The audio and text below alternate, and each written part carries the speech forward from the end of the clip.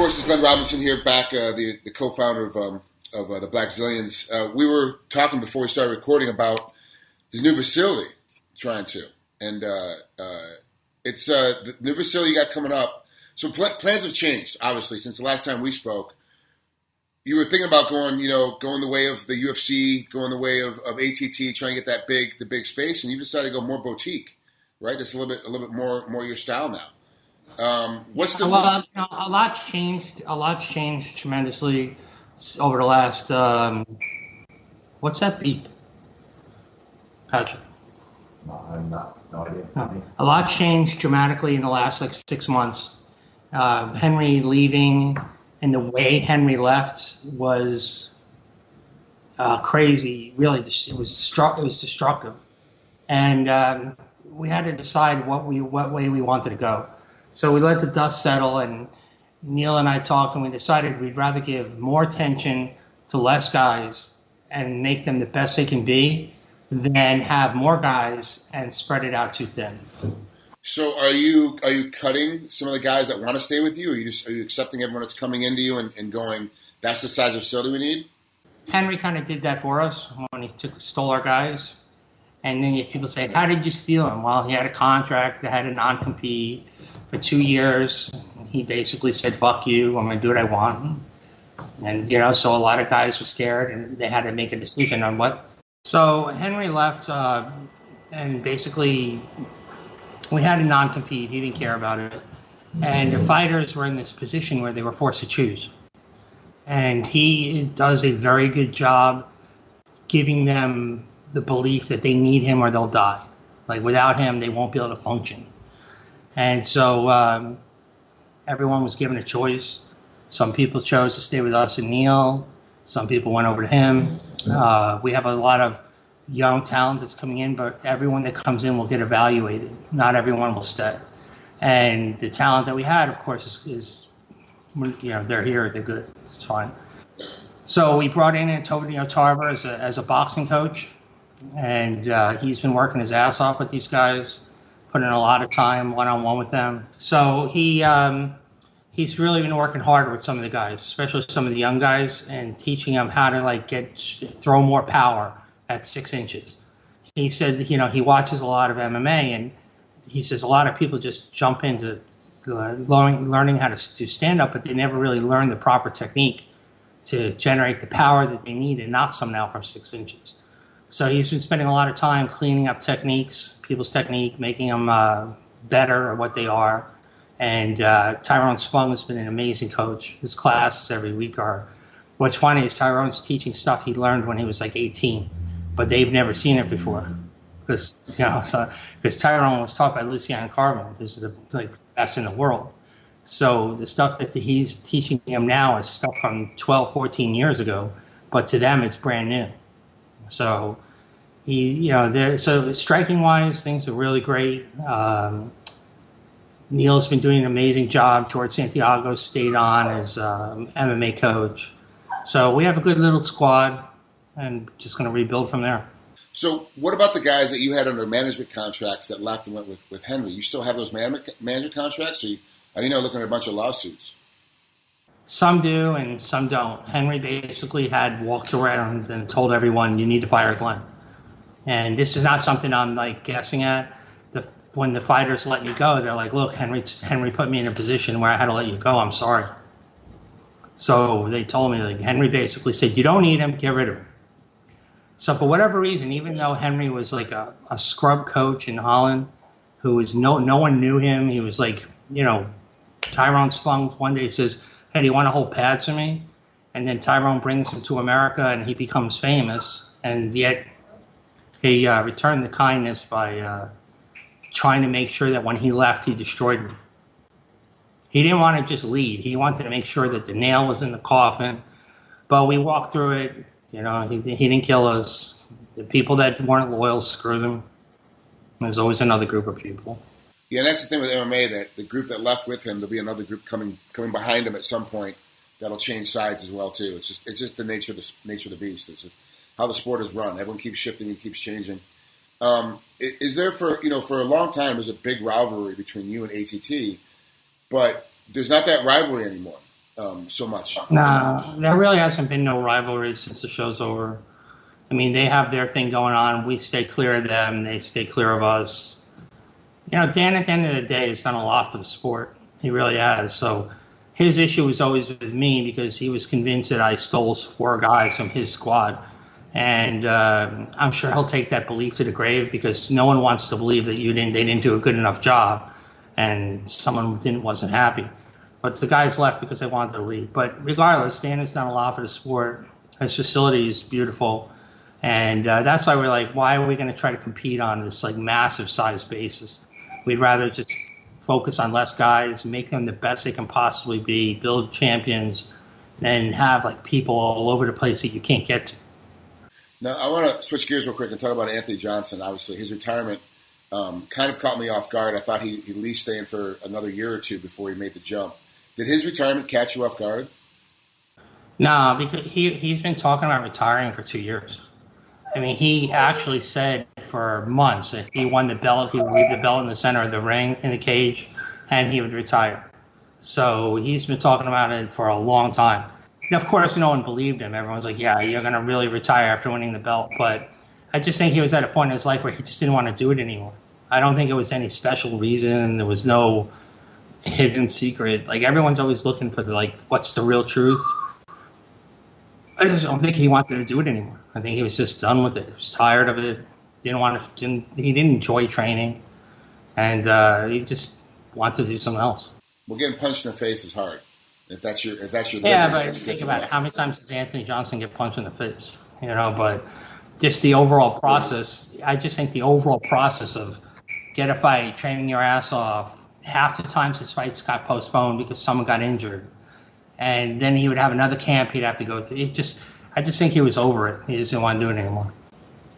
Has there been a conversation with you about his next endeavors? You know, has he come to you for any business advice at all going into his next stage? No, not with me. But what my understanding is that he's going into the medical marijuana business.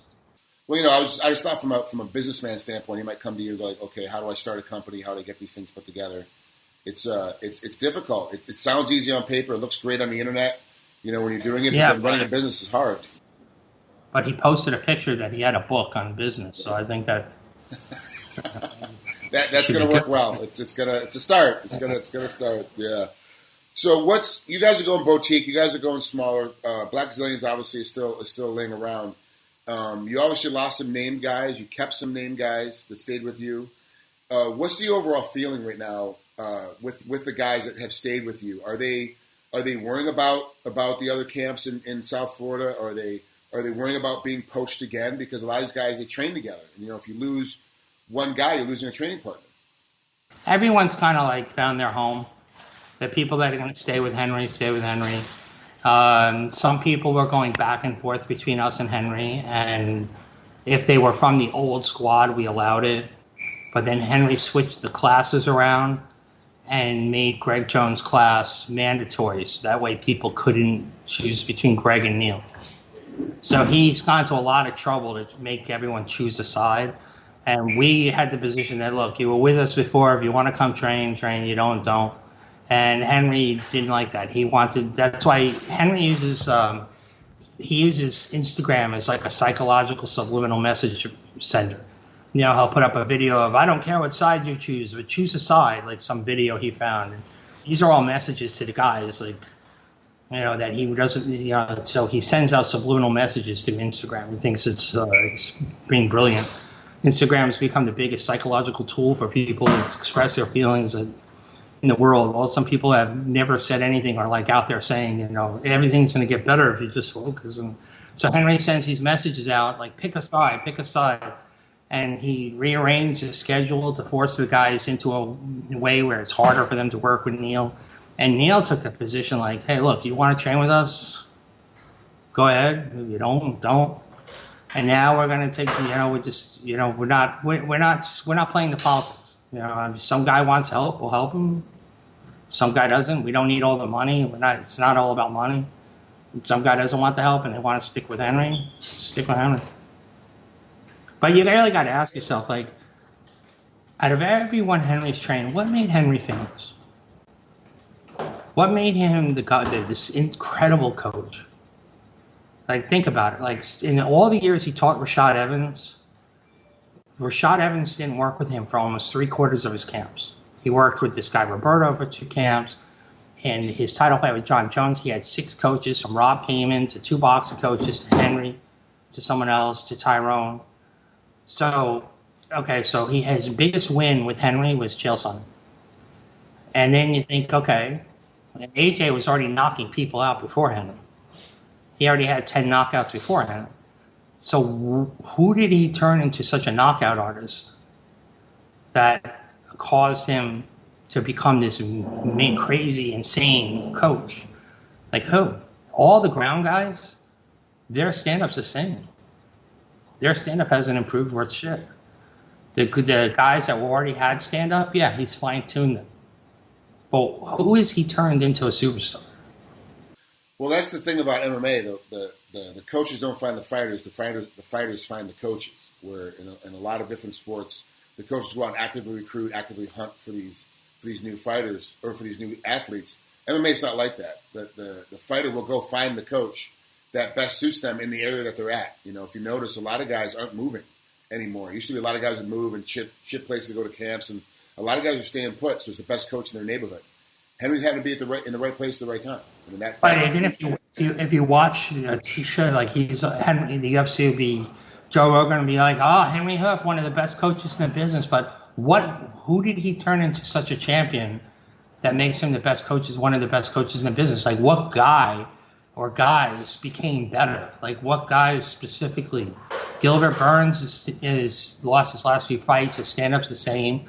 Kamaru Usman is just a tremendous athlete. Like, you know, I mean, the man is just a tremendous. He's an Olympic training center. I mean, Kamaru Usman is one of the most motivated people you'll ever meet in your life. He trains when no one else is training. He trains when people are training. He's just a really dedicated athlete. But who has he turned into this great knockout artist? Like, what guy? Like, it's, you know, Anthony Johnson goes out there and he's like, yeah, another Henri Hooft knockout win. Anthony Johnson was knocking people out at 170. Anthony Johnson's been knocking people out forever. So who is the guy that made him such a great coach? Like, did he turn someone into a Cain Velasquez like Javier Mendez did? Or to a Daniel Cormier? No. It's like, who is, so it's smoke and mirrors. So what's going on then? I mean, obviously there's a lot of animosity between, at least on your side, between you and Henry. It seems to be a lot of animosity on his side because I a guy that was making $1,500 a month in Holland, and I brought him here, gave him a home, gave him a visa, took care of him, gave him everything he wanted, and throughout the course of the time, it was nothing but aggravation. Like when he wanted a raise, instead of coming to me for a raise, he'd go to every fighter and say, look, Glenn's not paying me enough. Glenn's not paying me enough. I might have to leave. So I'd have all these fighters come to me. I'd say, Henry, why don't you just come to me yourself? He'd say, I didn't go to the fighters. I mean, it's like it was all those games for years. And as his media grew, social media grew, so did his level of how difficult it was to deal with. So, yeah, there's a lot of animosity because without me, there would be no Henri Hooft. He'd be in Holland, coaching and mopping floors afterwards. Right. So, what's going to happen with the obviously the relationship between you two is severely splintered? Is there any upcoming lawsuits? Is there any way you can go after him? Because you said he had a non-compete clause before. Does he? Yeah, I don't. Right now, I don't want the aggravation. We're just going to move forward. But we're going to move forward with our stuff. He's going to move forward with his, and we'll see what the future has. But we're very confident. Like Antonio Tarver is a good coach. He doesn't just sit there and say 1, 2, 3, 1, 2, 3. He sits there and if you don't get that jab right, you ain't mind moving on to the cross until you get that jab right. So if you're there for 45 minutes throwing a jab, then that's just until you're perfect. He doesn't move you on. And Tyrone's teaching him stuff that is far above the level of him.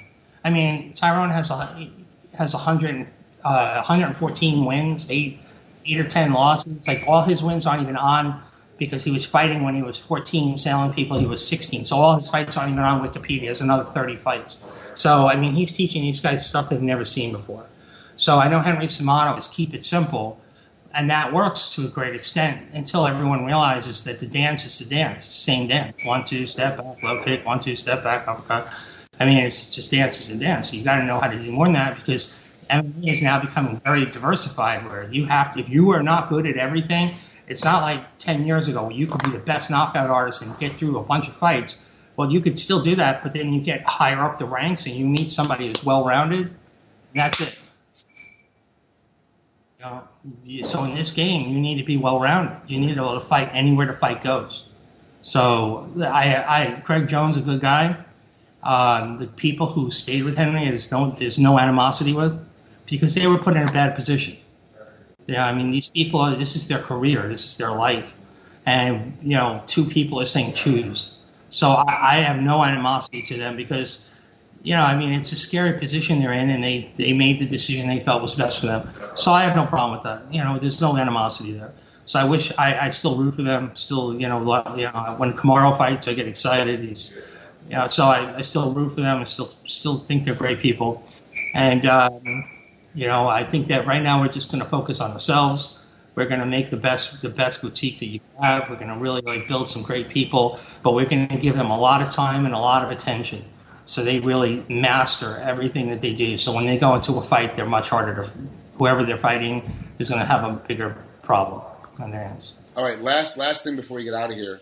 How are you doing? Health, personally, how's everything else going on with you? Because you're so busy running the program, everyone forgets to stop to ask how you're doing. So what's going on with you personally? It's been a long 18 months. It's been a really long 18 months. I was sick for out of the 18 months, I was sick for about a year. And I just got cleared recently. I had the worst business year of my life last year. And people look at that as haha, or they look at it how can you say that? But look, the truth is the truth. People have bad years. So, I mean, it is what it is. I mean, people have good years, people have bad years. It's just, I had a bad year. And got sick at the same time. My wife and I separated.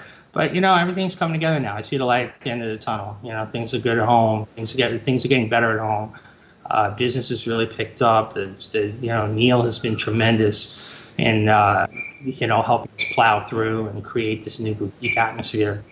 And, I couldn't be happier, So determination was on our side, and, we weren't going to fail. Having the ground marshal with you is always a secret weapon. Yeah, you have no choice. It tends to be when Neil's around, things tend to step up. It makes everyone's game gets better no matter what your game is. I don't care if you're the janitor. I don't care if you're the hostess at the restaurant he's visiting. Whenever he shows up, people get better at their jobs. That's just he's motivated. Yeah. He's motivated. I wanted to do a good job in fixing things for him because he believed in me. So I respected that, and he's just a very motivating person, and I'm really lucky to have him in my life. So, 2017 is already almost half done, and but things have improved a lot, and 2018 will be a killer year. Well, Glenn, thanks so much for taking some time with us, man. I really appreciate it. Thank you. Appreciate you wanting to talk to me. Yeah, no, it's great. It's always good to catch up with you. Hopefully, I see you down in the new facility here pretty soon. Yeah, absolutely. We'll make sure. All right, take care, bud.